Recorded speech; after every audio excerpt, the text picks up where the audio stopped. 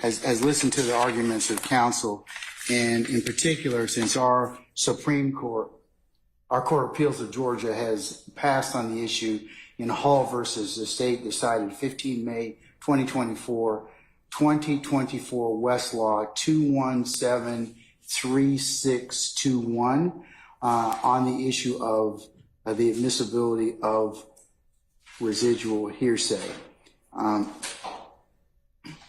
Under 24-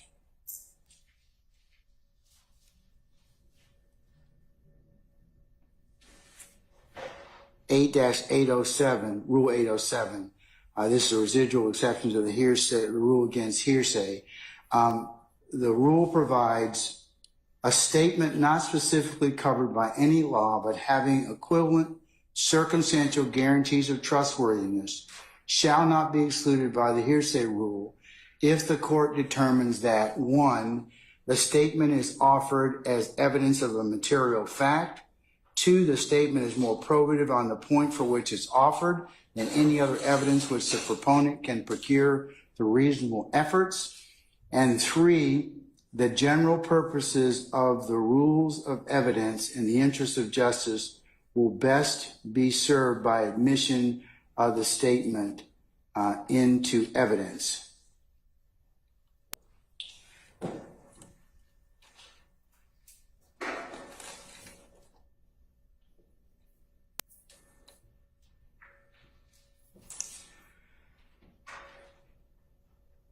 The statute also goes on to indicate, however, a statement may not be admitted under this code section unless the proponent of it makes known to the adverse party sufficient in advance of the trial or hearing to provide the adverse party with a fair opportunity to prepare to meet it, the proponent's intention to offer the statement, and the particulars of it, including the name and address of the declarant.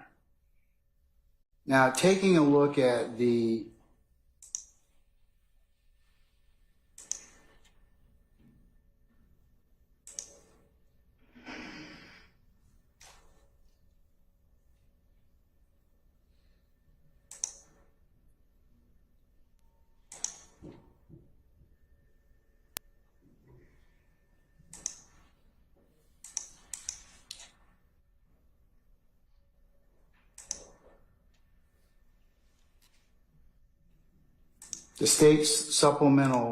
state's notice of intent.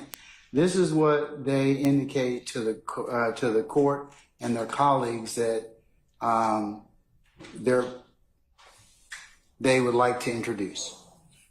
In pertinent part, and I quote, "Thus, the state intends to offer into evidence statements of the homicide victim, Donovan Thomas Jr., through his father, Donovan Thomas Sr. Donovan Thomas Sr. had a close relationship to his son prior to his untimely death in January of 2015. Donovan Thomas Jr. discussed with his father a potential conflict growing between an individual, DeQuantes, and that's DeQuantes Lamar, Jeffrey Williams, and Brian Birdman Williams. Mr. Thomas Sr. will discuss a few conversations in which Mr. Thomas Jr. expressed concern to his father that Mr. Lamar was going to leave his current record label and move to another record label. Mr. Thomas Jr. thought that the new record label was going to take advantage of Mr. Lamar, and he wanted to prevent that from happening.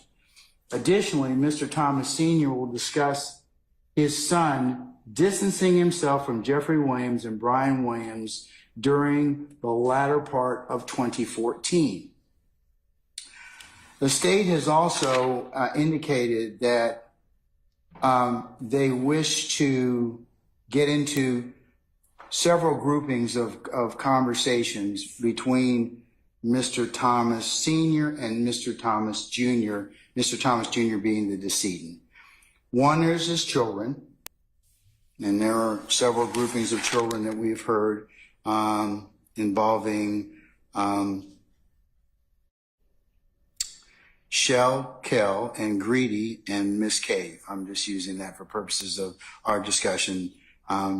I want to make sure that I cover that at least in some pertinent part. The other areas are Donovan Thomas Jr. and Mr. Garvin Henry.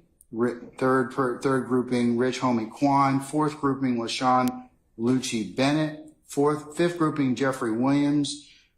Sixth grouping, Brian Birdman Williams. And seventh grouping, the relationship or conversations, two pertinent conversations in the fall of 2014.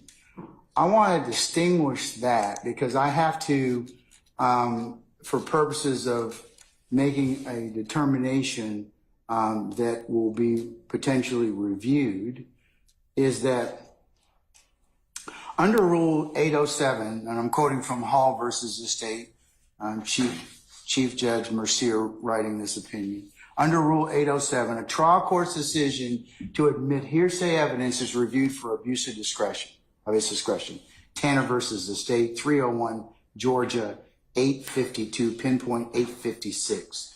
An appellate court should be particularly hesitant to overturn a trial court's admissibility ruling under the residual hearsay exception, absent a definite and firm conviction that the court made a clear error of judgment in the conclusion it reached upon weighing other relevant factors. And the relevant factors are the three factors of that the court entered, I talked about earlier. The statement is offered as evidence of material fact. The statement is more probative on the point on which is offered than any other evidence which the proponent can produce through reasonable efforts. And three, the general purposes of rules of evidence in the interest of justice will best be served by admission of the statement into evidence. And that's Thompson versus the State, 302 Georgia 533. As a general matter, the trial court does not abuse discretion by admitting evidence when the requirements of OCGA 24-8-807 1 through 3 are met, and the trial court concludes that the statements in question have sufficient guarantees of trustworthiness because of the circumstances under which they were originally made, and that's Rawls, R-A-W-L-S versus the State, 310 Georgia 209, pinpoint 214, headnote 3. Factors to be considered with regard to the admissibility of these statements include a consideration of the trustworthiness of the original declarant, given the circumstances in which they were first made, and whether the guarantees of trustworthiness exist that are equivalent in significance to the specific hearsay exceptions enumerated in Federal Rules of Evidence 803 and 804.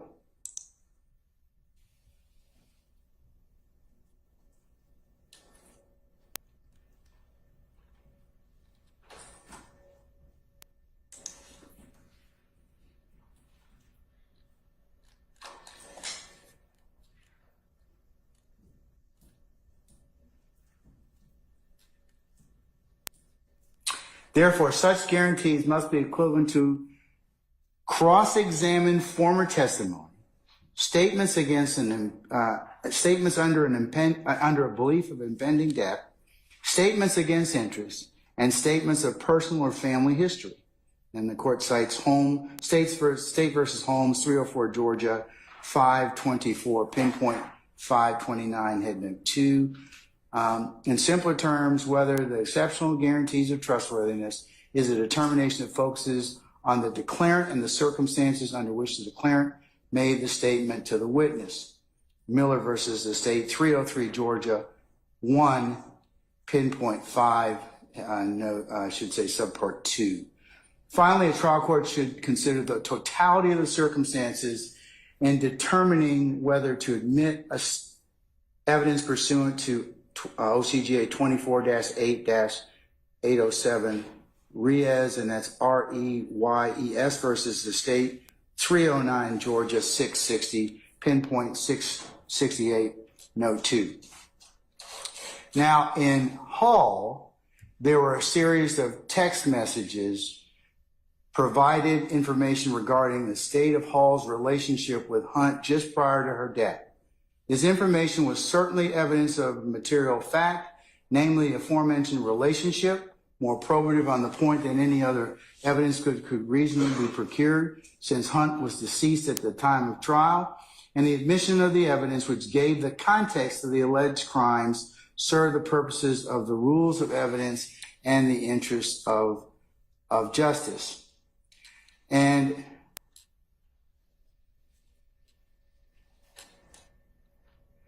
contrary to Hall's main contention on appeal, the trial court did not abuse its discretion by finding these particular texts between Hunt and Ashby contained sufficient guarantees of trustworthiness. Specifically, the court found the text messages were sufficiently trustworthy because the statements were in Hunt's own words, related to the sensitive nature of domestic abuse, and shared under circumstances in which the two women were discovering each other for the first time and discovering they were both seeing the same gentleman. So in this particular circumstance, that's why the court took into account the unique characteristics of the declarant and the circumstances which the statements were made. Ash versus the state, 312 Georgia 771. And this is where the state mentions that statements sufficient guarantees of trustworthiness where the witness and declarant had a close relationship and talked to each other daily. Statements Jones, 311 Georgia 445, statements had sufficient guarantees of trustworthiness where there was no evidence indicating the declarant had any motive to fabricate her statements. Tanner versus the state, 301 Georgia 852, statements had sufficient guarantees of trustworthiness where the witness and declarant had a close relationship and declarant had no apparent reason to lie, and the statements were consistent with other evidence. In our case, things are a little different, and this is what I'm going to make the distinguishing factors are. Text messages are very distinct. The state's proffer to include the Sprinkle report, pages 45 and 46, as well as the state's proffer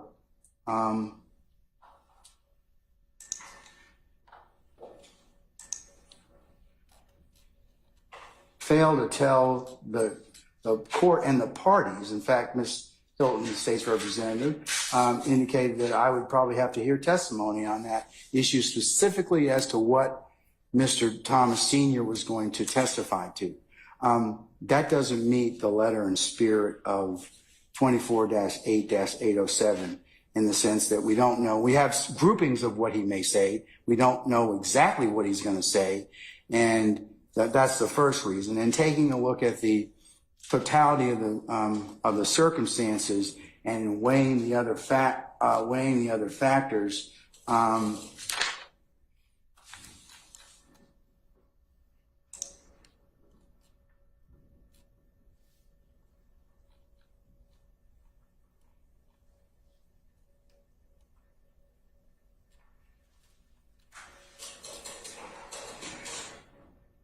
we don't really have what we're asking Mr. Thomas Sr. to recall statements that are 10 years old. He made these statements in 2014. It is 2024. Unlike Hall, where you've got text messages which you can see what the decedent or the declarant was actually saying, we don't have that benefit. And for that reason, that's why these specific test reliance or trustworthiness. And the appellate court sets a pretty high bar when they tell the reviewing court, as Mr. Steele mentioned, and also in this particular decision, that I am supposed to look at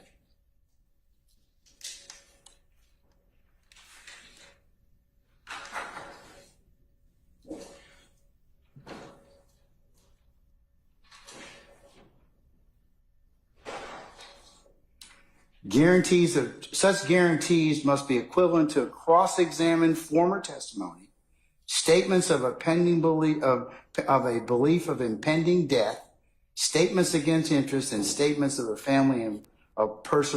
statements of personal and family history. That's pretty high in terms of what I have to consider in terms of the admissibility threshold under 807. But in taking a look at Hall, it's very much distinguishing because we had the benefit of looking at what the decedent actually was saying, and weighing it in terms of the trustworthiness. In this particular circumstance, the court does not find that it has the same guarantees of trustworthiness. So I'm going to grant the defense's motion to exclude these statements under 807. However, the only, and let me make that very clear. I'm not gonna permit the conversations about the two relationships and the two conversations in the fall of 2014. I'm not gonna. You can talk about his children. He can certainly clarify the relationships between Marquavius Greedy, Shellkel, and Sequoia Cove. Certainly those would be probably relevant, but the other ones in terms of Mr. Donovan Thomas, Garvin Henry, Rich Homie Quan, LaShawn Lucci Bennett, Jeffrey Williams, Brian Birdman Williams would not be admissible at this point in time. But however, if you can lay foundation as to the relationship of his children, I certainly think that would be relevant and material.